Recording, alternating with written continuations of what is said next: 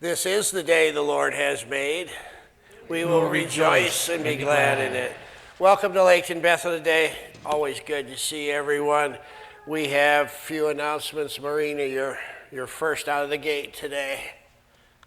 Good morning. I'm Maureen Mussman, and I am the head coordinator for Hand to Hand here at Laketon Bethel. And if you don't know what Hand to Hand is, we do weekend meals for the kids at Reese Puffer Elementary schools. The only requirement for them to receive these meals is for the parents to sign them up. So we pack these meals on not actually every other Tuesday, but on Tuesdays either at 2:30 in the afternoon or 7 o'clock in the evening. Our first packing is this Tuesday at 2:30, and our next one will be September 30th at 7 o'clock. We alternate the packing so that everybody that wants to participate can have a chance to do that. So we will be packing on Tuesday downstairs in the children's area. Come and check us out, see what we do, see how we do it. There's just a few rules that we have to follow when we do these, and it comes from the health department, Hand to Hand, Feeding America, and we are not allowed to repack any food because we do not have a certificate from the health department saying that we can do that. So all of our stuff has to be pre-packed and shelf-stable.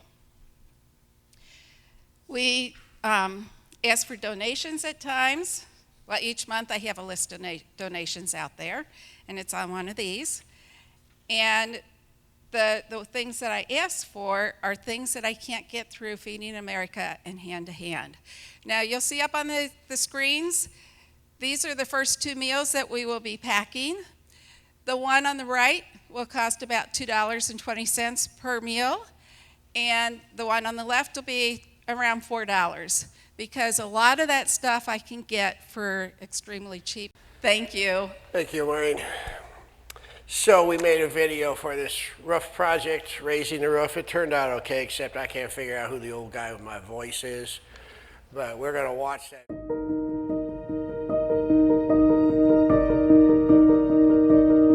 When we started looking at the roof, because of the leaks, we thought it was just, some minor patching could be done. But the roof was shot. Parts of it are more than 30 years old, and it's got considerable weather damage to it. We already have some interior damage. We have wet carpet every time there's a major storm, so it is a necessary thing. This is a huge expense, and it's much worse than we thought it was going to be. This is a large building, and it's going to cost $230,000 to do it all. We do have a rainy day fund, and we started that up again about a year ago. 5% of our income is going into that fund every week. We put 5% away, but the fund has not grown enough to cover this yet. We're taking some money out of that fund, but I like to have a substantial savings account, and we're going to keep building on that thing as much as we can. I don't want us to go in debt. We've been debt-free for over 10 years. I want to keep it that way. I'm hoping that we can raise the money, do it in phases, and get it done. We have the first phase done already. They were up on that roof behind me already on like the fourth Monday of August, and they've been working on it ever since. The estimated cost of this is $64,000, and they've done an excellent job with it. The remaining phases will address the flat roofs. Phase 2 will replace the leaky flat roof above the parlor. The estimated cost for that is $40,000. Phase 3 will replace the deteriorating flat roof between the gabled roofs. The estimated cost is about $37,000. Lastly, Phase 4 will replace the flat roof near the main sanctuary above the nursery. The estimated cost is about $90,000. Hopefully the money will come in good so that we can get this done by the end of the year. I think that's unrealistic. I don't think we can pull that off, but I certainly hope it's done by spring. But it's tough for a church to replace a roof, because donating money for a roof isn't very romantic. For instance, it's not like drilling wells to get clean water to people in Africa. But this is something that has to be done. I intend to give to it myself because it's necessary. You know, the roof is falling apart. In the 4 decades that I've been a pastor, I've always been impressed with how people give, and I'm deeply grateful for it. Some folks have given huge amounts, and others have given a percentage of their income. It's amazing how that works, and I'm deeply thankful to all of you for doing that. And thank you in advance for donating to this cause. It's an important one. We got to keep our building up, and I'm just very thankful for your generosity and hope that it continues for years to come. You can make a donation online at laketonbethel.org or through an envelope offering at the church. Please designate Raise the Roof on your donation.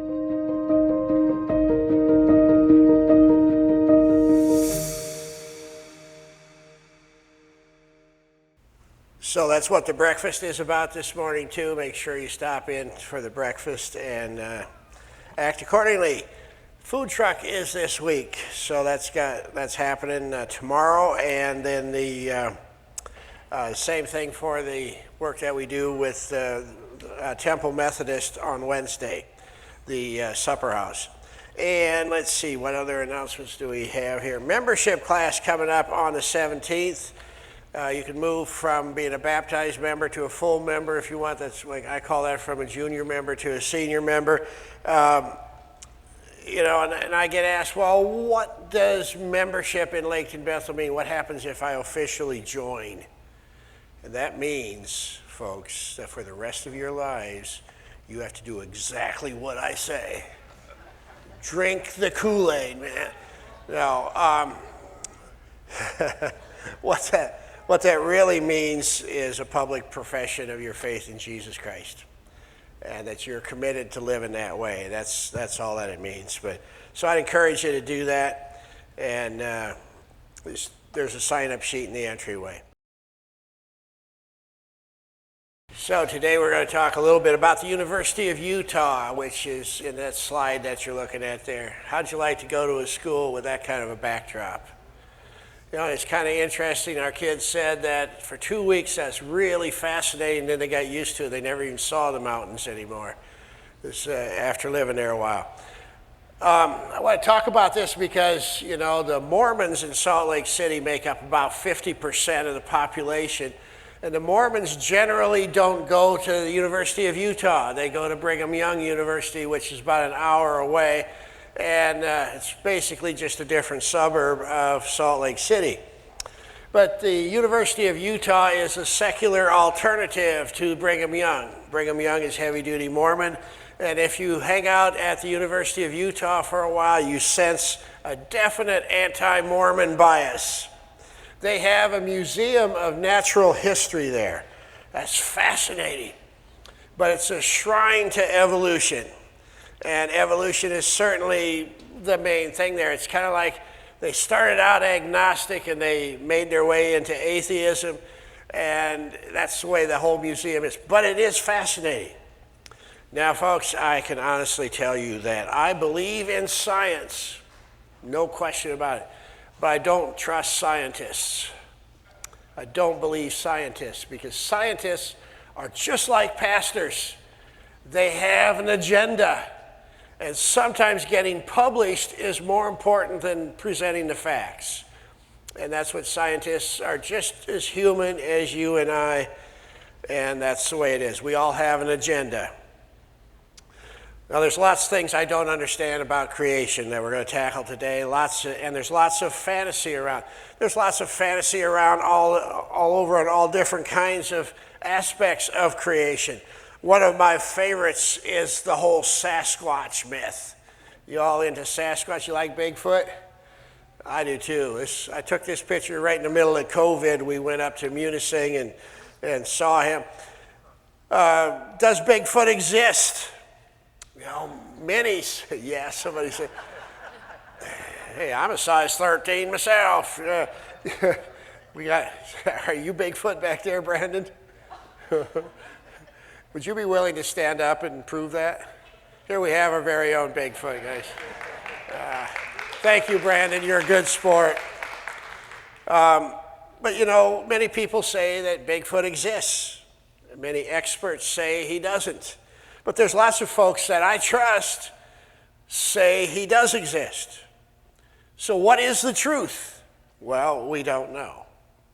You can't rule out the existence definitively, because you can't rule out the existence of something just because you can't prove it. And that's the whole thing here today. You know, the possibilities are endless. We'd really like to know all the details about creation. I was told that Dutch people especially can't really like things that they can't understand. So creation has always been a big deal. Where did we start out as a human race? And where did this planet start? We realize we don't have a lot of answers. Lots of speculation, but we don't have a lot of answers. And we feel a need to have answers. Seems like that's part of the American fiber, is we want to have answers to everything, but we can't and we don't. The creation story is what we call an enigma. It's something we just really can't understand. And that's how we're going to try and tackle it today. Now, many people believe that we evolved from apes. Everyone has questions on the origins of the human race. This photograph is from the University of Utah. It's where I first saw it. The question is, were your ancestors a lower form of primate? Or did God create the human race from the earth? Or is evolution true? Well, that's what we're going to look at today. Now, what I want us to do is take a look at what the Bible teaches and what it does not. And you'll find that the Bible makes sense if you study it in its historical context. The problem with all the malarkey and hogwash about creationism that goes around is very simple. It's because of uneducated clergy. People who have gone through the system and refuse to learn are people who have not learned. The group that broke off from the Reformed Church in the last 5 years has already rescinded the requirement for pastors to have a master's degree. That is a recipe for disaster. That's where all this strange teaching comes from. Mormons wouldn't even exist if we had insisted on educated clergy 200 years ago. But with the expansion of the church west, they couldn't get any pastors to leave the big cities. Nobody wanted to, live in Iowa, for instance. So they sent the pastors out there without education.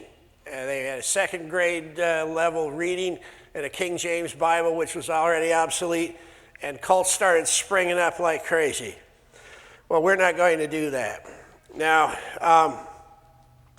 there's several creation stories in the Bible, not just one. And the 6-day one is the one we're going to look at today.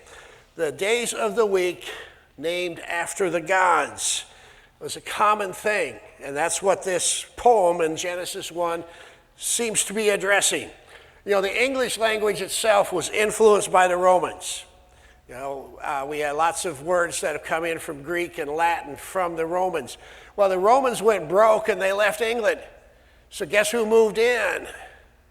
Yeah, the Vikings did. And so the Old Norse began to influence the language, and we have a whole bunch of that. If you just look at the days of the week, today is Sunday. From the Greek, astrology, translated into Latin, it's the day of the sun. The Roman sun god Sol is who this day is named after. Monday is the day of the moon goddess. Again, Roman influence. Her name was Luna, where we get the word lunatic from. Or sometimes she was called Diana, and that's particularly interesting. I know, isn't that cool? You always knew you were a goddess, right? This is being recorded, Then on Tuesdays, that's named after the Nordic war god Tyr, who was, nasty. Wednesday was Woden's day, or Odin's day. He was the big papa of the gods. Thursday was Thor's day. It's not too big a jump. He was the god of war and thunder. Friday is named after the goddess Freya, the Nordic fertility goddess. And Saturday we go back to the Roman from the Old Norse. The god Saturn was part of their pantheon, and Saturn was the god of farmers.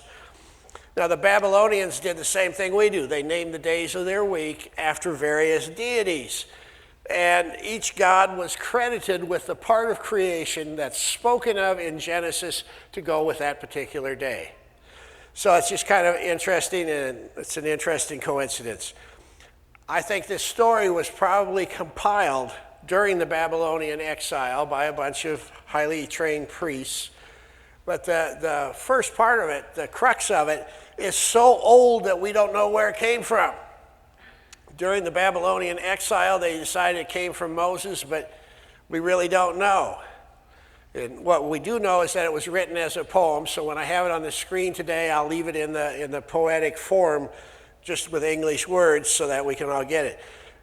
Was this Genesis 1 thing intended to be taken literally? Well, you get to decide that for yourself. We're going to dig into it. But before we dig into it, everything you really need to know about creation is in the first paragraph of the Gospel of John. It reads like this. In the beginning, the Word already existed. The Word was with God, and the Word was God. He existed in the beginning with God. God created everything through him, and nothing was created except through him. So that's all you need to know about creation. Is that God did it. The Word is Jesus, and he's behind creation. Everything is through him. So keep that in mind as we look at Genesis chapter 1. All right, here we go. First this, God created the heavens and the earth, all you see and all you don't see.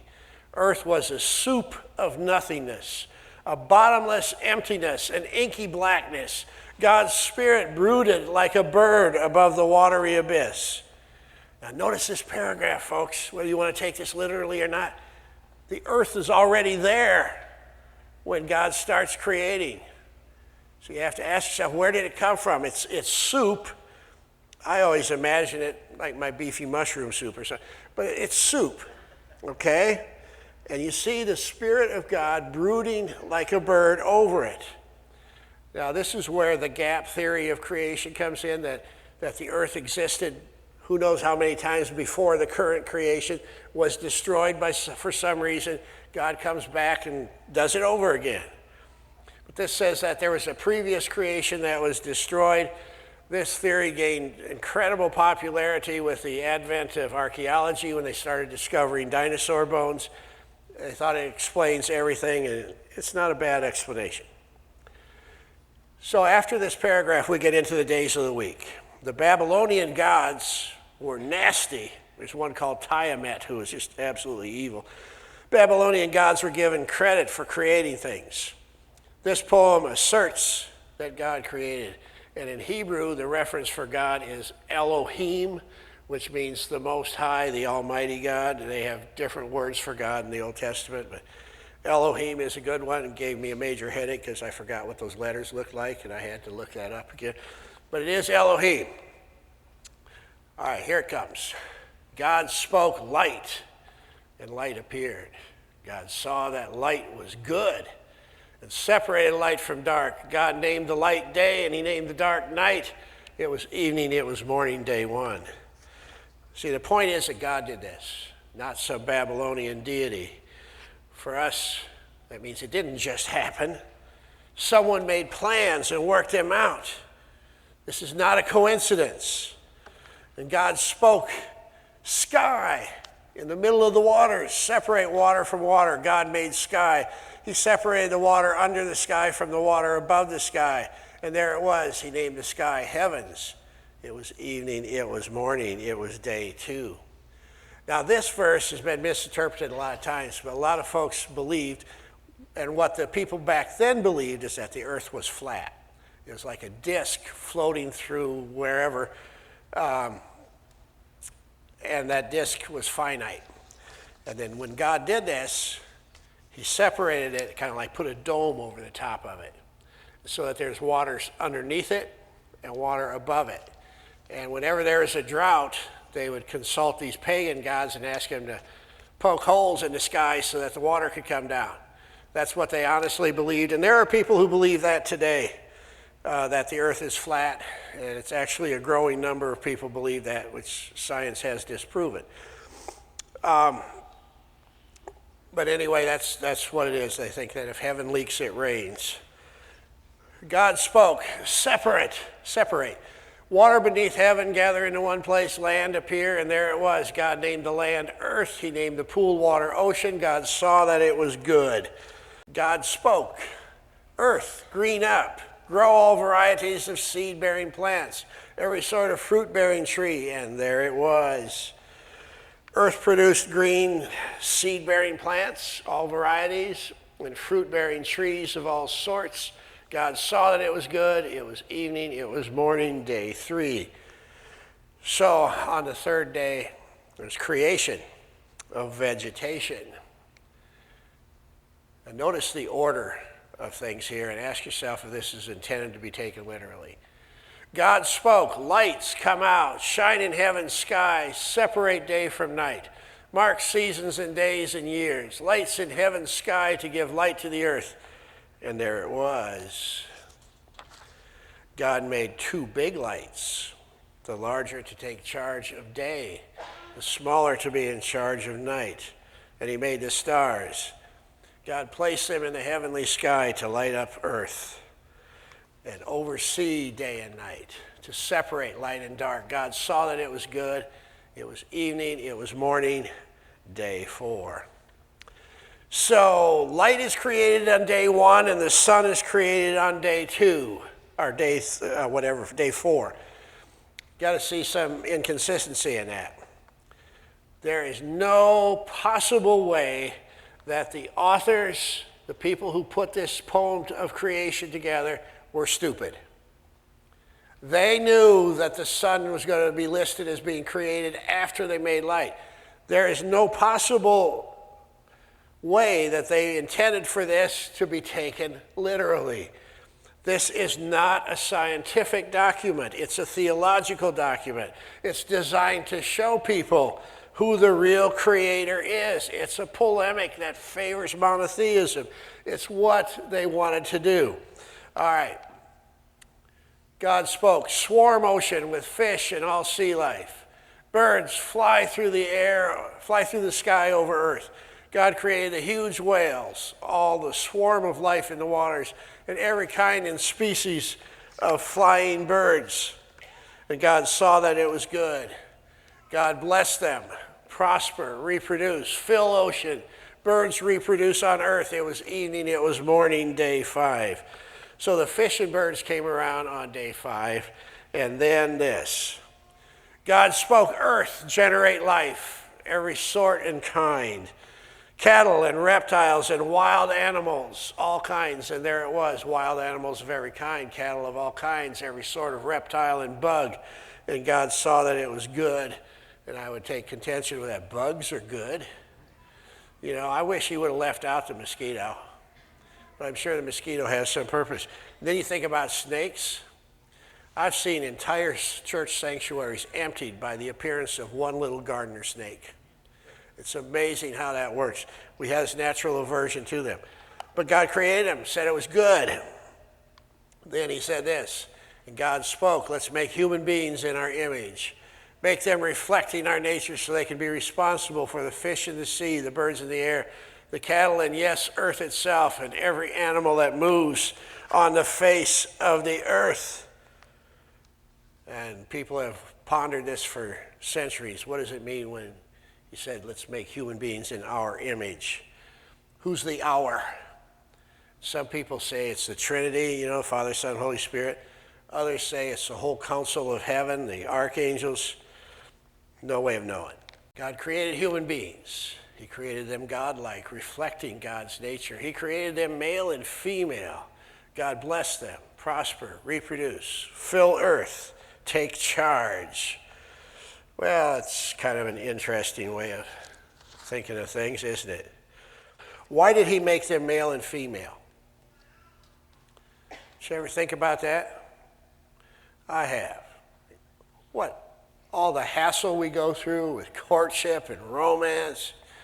Why couldn't we just, pop those kids out on our own without having to, be in, but I think that's why God did it the way he did. He wanted us to live in community.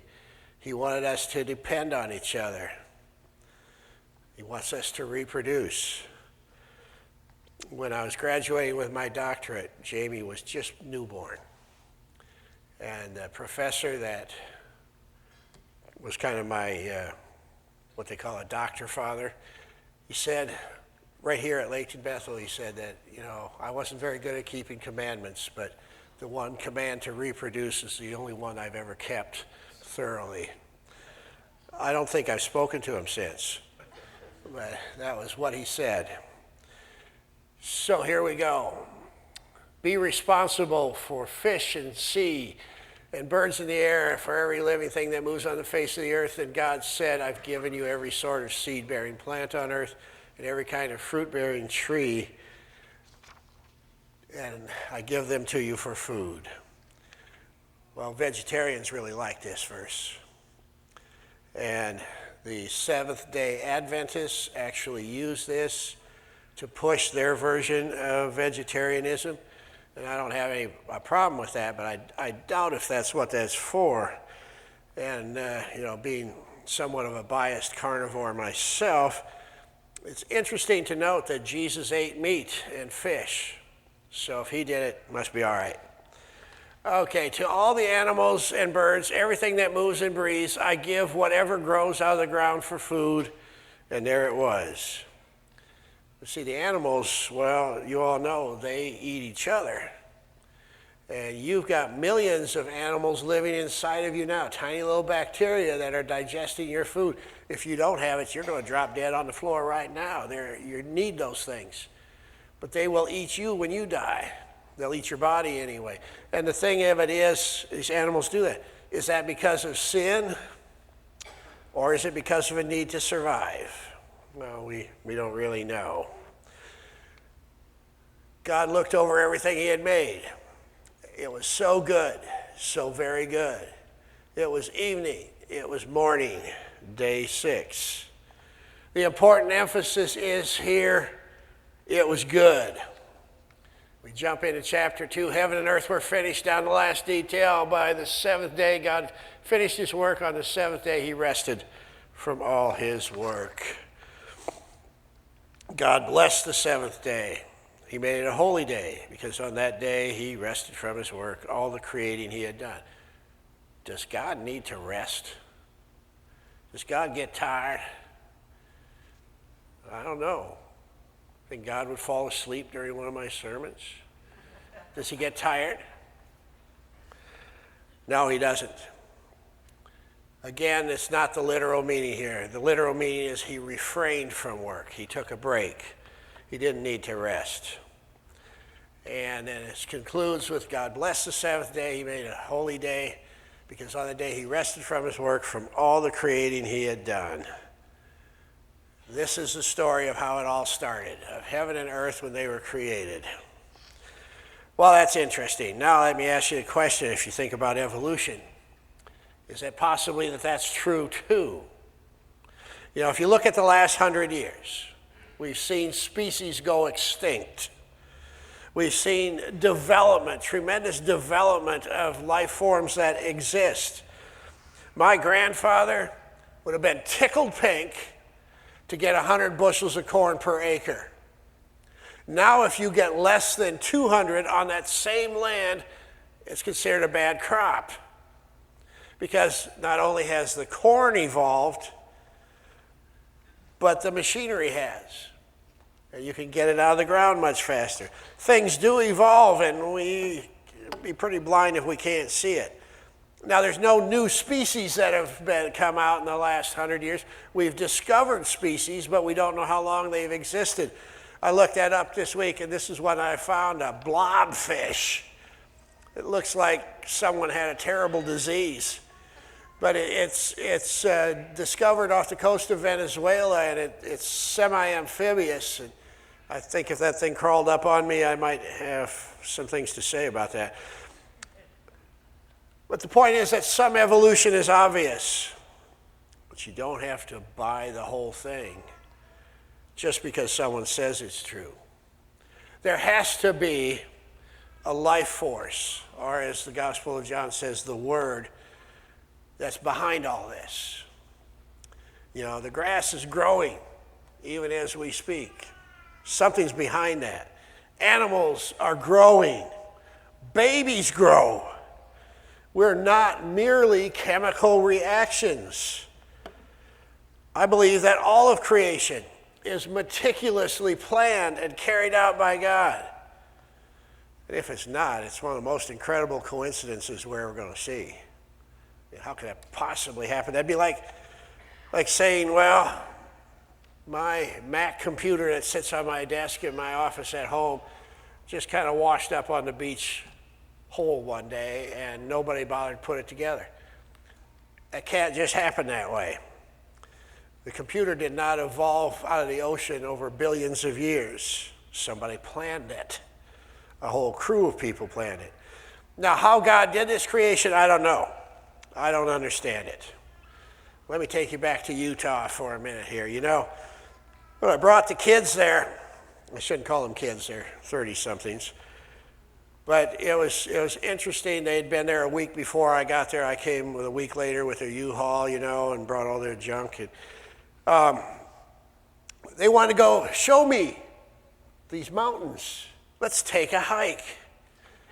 Do you know that the air is a lot thinner in the mountains than it is when you're standing beside Lake Michigan? And do you know that a 60-something should never go for a hike with a 30-something? They got up there, you know, the dog is along, they're having a good time, and I'm all, and I can't breathe, and I'm sweating, and I said, no, I'm going back down. You guys just go on up that mountain and have fun, but I'm turning around, I'm going back. And I couldn't even make it back. But fortunately, I found a big rock I could sit on and collect myself. Well, that was just after I'd been in the Museum of Natural History at the University of Utah. So I sat down and I'm thinking about that, and a scorpion ran across my foot. Now, I know enough about scorpions, so you don't bother them, they're not going to bother you. So I just let him run. There were bees flying around, all kinds of weird insects that I'd never seen, trees, foliage that they just don't have in Michigan. And I'm thinking, what a meticulous creation this really is. You know, existence is just too big a coincidence to not have something behind it. And that something is a someone who loves you and me. And so our best way of responding to that is in awe, to respond in gratitude, to respond in duty, to take care of this world as we're commanded to do, take care of ourselves and take care of things. Respond by bringing light into a dark world. Now, folks, I know it's a little chewy today, this material. But I'm an old man, and I have one intention for all of you. Well, more than one, but one is I want you to be the best biblically educated congregation in the county. That's my goal. And there's no reason we can't. If you let me, I'll make you that. To where you're going to have the best Bible knowledge of anyone. If I really get ambitious, you're all going to have a master's degree in biblical studies. And I think that'd be a cool thing to have. But I want you to be biblically informed because it'll help you rest some doubts. It's likely that Genesis 1 was not written to be taken literally. And here's the clincher for those of you who've been raised in more conservative churches. I promise you, you will not go to hell if you don't believe that the world was created in 6 days. Okay? Make sure you know that. It's safe to have a different opinion on that. The first audience of Genesis 1, I'm certain, didn't take it literally. The importance of it is that God created, not some pagan deities. There is a life force that started all things, and this same life force keeps things going. God created you in his image, and that's something we can hang on to. His image is love, and you can become love, because that's how he created us. So let's know this and live in peace. Let's pray together. Lord, you've called us to this. You've called us to understand. As we take a look at the book of Genesis, we pray that our eyes are opened, that we see creation as you have it planned, and understand what it is that you've called us to do. Make your vision for this earth, your vision for this church, and your vision for each one of us clear in our minds. Amen. As always, thanks again for joining us. We have 2 services on Sunday morning, and if you're in town, we'd invite you to come. One's at 9 o'clock and one's at 11 o'clock. And if you wish to support Laketon Bethel, you can go to laketonbethel.org and follow the steps there on our website. Or you can just look at this QR code, scan it in with your phone, and you can give through Secure Give, and all your gifts will go directly into our account. Thank you so much, and we'll see you next week.